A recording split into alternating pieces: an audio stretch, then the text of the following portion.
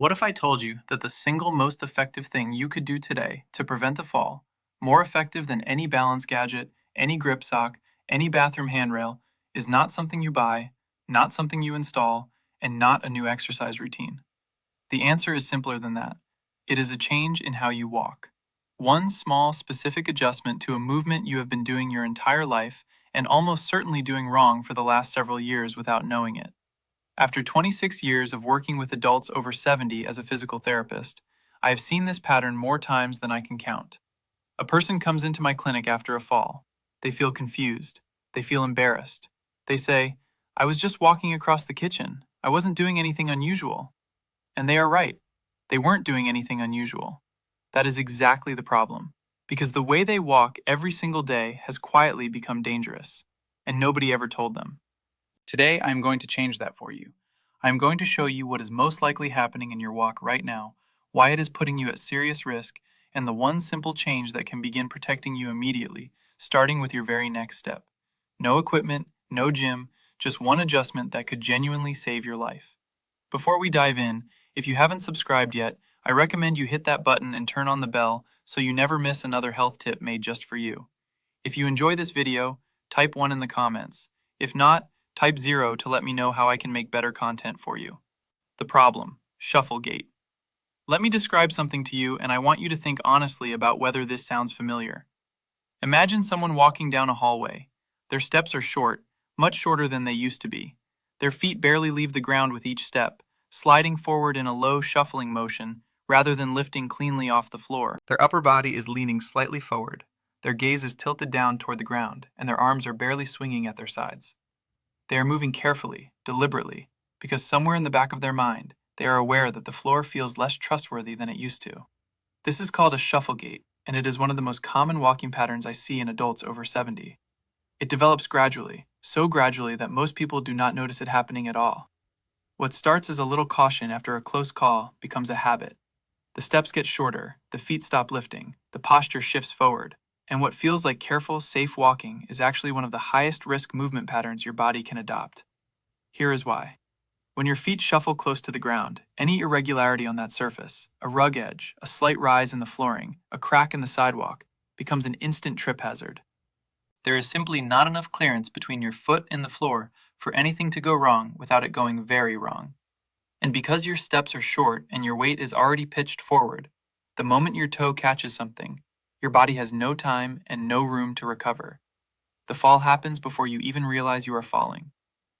Shuffle gait also signals something deeper. The muscles responsible for lifting your legs, your hip flexors, your glutes, your core, have weakened from underuse, and the neurological connection between your brain and your legs has slowed down. The good news is that both of these things are reversible, and it starts with one change. The one change: heel strike. The change I want you to make is this. From this moment forward, every step you take should begin with your heel. This is called a heel strike, and it is how human beings are biomechanically designed to walk. When you are young and your gait is natural and unguarded, your heel hits the ground first with each step. Your weight then rolls forward through the arch of your foot, across the ball, and pushes off through your toes to drive the next step. It is a smooth, continuous rolling motion, and it is one of the most efficient and stable movement patterns the human body produces. But here is what happens over time. As the muscles weaken and confidence in our balance quietly erodes, that heel strike disappears. The foot starts landing flat or even toe first in a pattern that is shorter, lower, and far less stable. We stop rolling through the foot. We stop pushing off. We start shuffling. And with every passing month of shuffling, the muscles that produce a proper heel strike get weaker and weaker because they are simply not being asked to work. So, what does correcting this actually look like? It is simpler than you might think. With each step, I want you to reach your heel slightly forward, just a few inches more than you normally would, and let it make contact with the ground first. Feel the weight shift forward through your foot. Let your toes push off behind you as you step. And most importantly, lift your foot. Do not slide it. Pick it up. Reach it forward. Land on the heel. When you do this correctly, several things happen simultaneously. Your step length naturally increases, which improves your stability and forward momentum. Your foot clears the ground properly, which eliminates the risk of catching on surface irregularities. Your posture automatically improves. The heel strike pulls your weight back and upright out of that forward-leaning shuffle position. And your hip flexors, glutes, and core are suddenly being asked to work again, which begins rebuilding the very strength that protects you from falls. One change, one adjustment, but it triggers a chain reaction throughout your entire body that begins working for you, rather than against you, with every single step. Now, let me show you 5 exercises that will make this new walking pattern feel natural, automatic, and strong. Exercise 1. Conscious heel strike walk. Why it matters. Before anything else, you need to practice the heel strike itself slowly, deliberately, and with full awareness. Most people who have been shuffling for months or years have genuinely lost the motor pattern of a proper heel strike. The neural pathway that produces it has faded from disuse. This exercise rebuilds it by asking your brain and your legs to practice the movement correctly, repetition by repetition, until it starts to become automatic again. How to do it. Find a clear hallway or a long open space along a wall. Stand at one end with one hand lightly touching the wall for safety if needed. Begin walking, but this time think about nothing except your heel. With every single step, consciously reach your heel slightly forward and let it land first. Feel the contact. Feel your weight roll through the foot. Feel your toes push off. Take 10 steps forward this way. Turn carefully using small marching steps and walk back 10 steps. That is one set. Complete 3 sets. Rest for 30 seconds between sets. What to focus on. Slow down significantly for this exercise. Speed is the enemy of relearning. The slower you walk, the more conscious control you have over each step, and the stronger the neural signal you are sending to your brain. Think of this as reprogramming, not just walking. Progress tip. Once you feel comfortable with the heel strike on flat ground, try it on a slightly different surface. Carpet versus hardwood, for example. The slight variation forces your nervous system to adapt and generalize the pattern, which is exactly what you need for real-world safety. Exercise 2. High knee march. Why it matters. One of the most direct consequences of shuffle gait is that the hip flexors, the muscles responsible for lifting your leg with each step, become progressively weaker. When they are weak, your foot clearance drops. When foot clearance drops, every rug, every threshold, every uneven surface is a potential trip. This exercise specifically targets those hip flexors and rebuilds the lifting reflex that keeps your feet safely above the ground with every stride. How to do it. Stand behind a sturdy chair with both hands resting lightly on the back for support. March in place, lifting your right knee toward your chest as high as you comfortably can, then lowering it back to the floor with control. Then lift the left knee. That is one full repetition.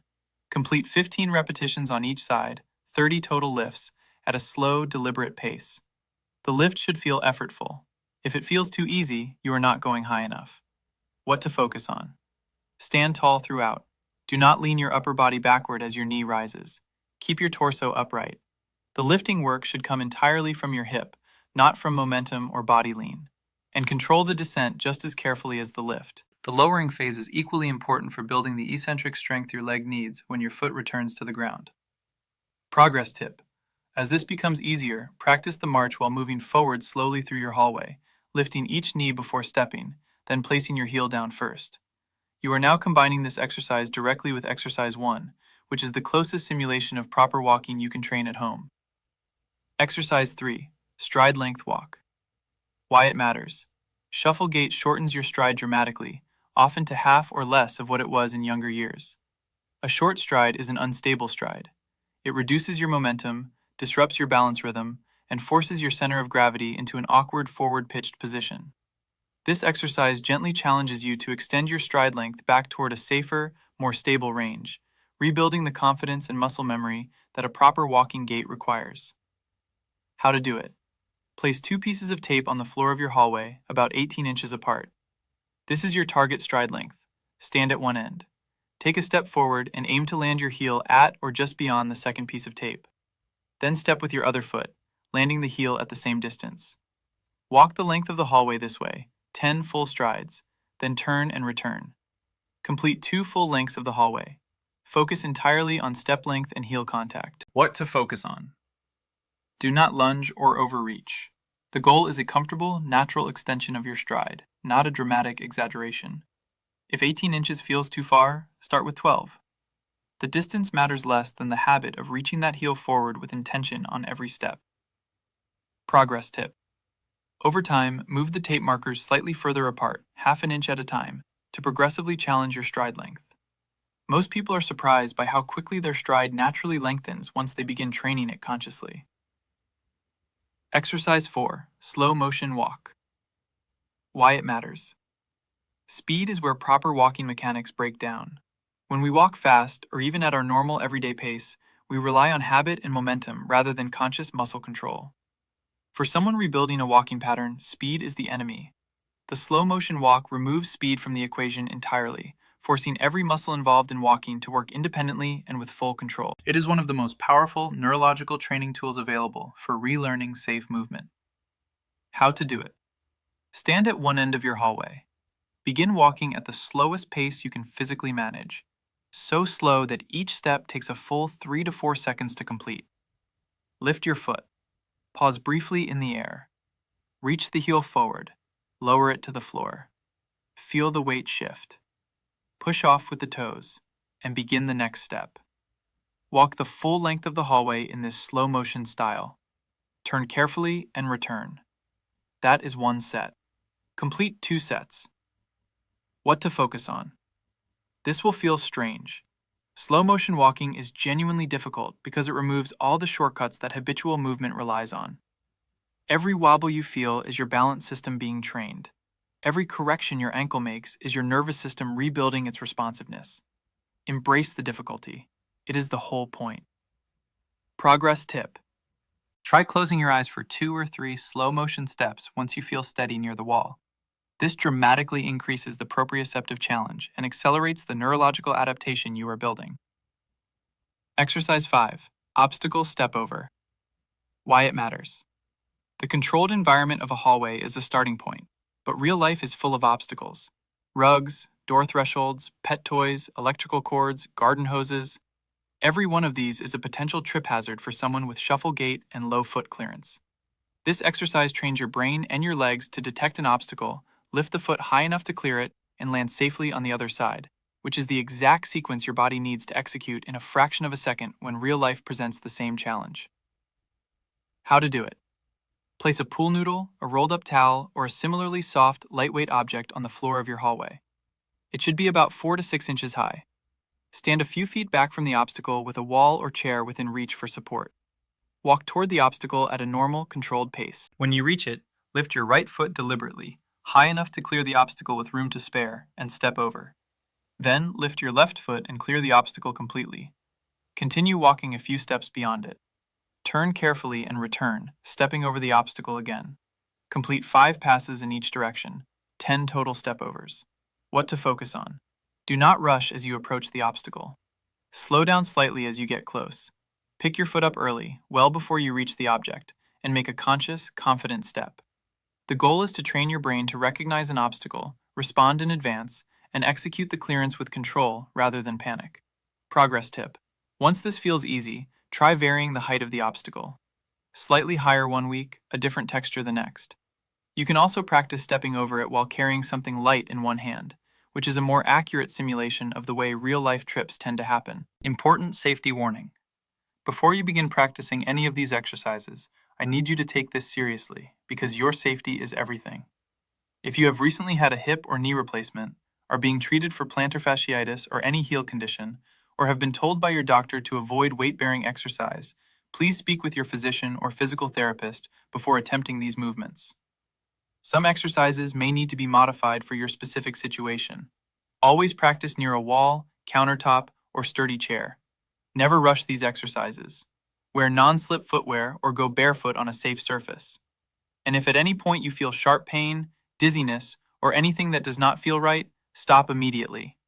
There is no movement here worth risking your safety over.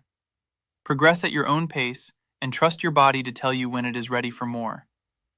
Closing. Over the last several minutes, you have seen how shuffle gait and poor walking mechanics after 70 are not something you have to accept as permanent. It begins with changing one simple habit, restoring the heel strike your body was designed to use. Then it moves upward through the ankle, the knee, the hip, and the core, rebuilding the movement patterns that keep you balanced, strong, and independent. Each exercise in this routine builds on the one before it, exactly as the body prefers to learn. The conscious heel strike walk restores the pattern. The high knee march rebuilds foot clearance. The stride length walk restores confidence and momentum. The slow motion walk retrains control and balance. And the obstacle step over teaches your body how to navigate the challenges of everyday life safely and confidently. When these exercises are practiced consistently, not perfectly, but consistently, the changes are real and they are lasting. The nighttime tingling that wakes you up begins to ease. The morning numbness that makes those first steps feel uncertain resolves more quickly. The heavy, disconnected feeling in your feet gives way to something that feels more like solid ground again. Circulation improves, not through intensity, but through patience and repetition. Small movements done daily send a clearer message to the nervous system than aggressive workouts done once a week. The body responds to what it is reminded of every day, and these exercises are that daily reminder. The long-term benefit reaches far beyond physical comfort. Healthy nerve function and strong leg circulation protect your balance. They reduce the fear of falling that quietly steals confidence from so many older adults. They preserve the ability to walk to your mailbox, climb your own stairs, play with your grandchildren, and move through daily life without constantly wondering whether your legs will hold you. That kind of independence is not a small thing. It is everything. Aging does not mean surrendering control over how your body feels. It means learning which movements your body truly needs at this stage of life and choosing them every day with care and intention. These exercises are that choice. Simple, safe, and powerful in ways that add up over weeks and months. Now, I would love to hear from you. Is your numbness worse at night, during the day, or after long periods of sitting? Leave a comment with your age and where you are watching from. Your experience might be exactly what another viewer needs to hear today. If you enjoyed this video, please leave a comment with 1. If not, feel free to comment with 0. Your feedback means a lot to us. Don't forget to like, share, and subscribe to our YouTube channel for more content like this. Thank you for watching, and here's to living life on your own terms.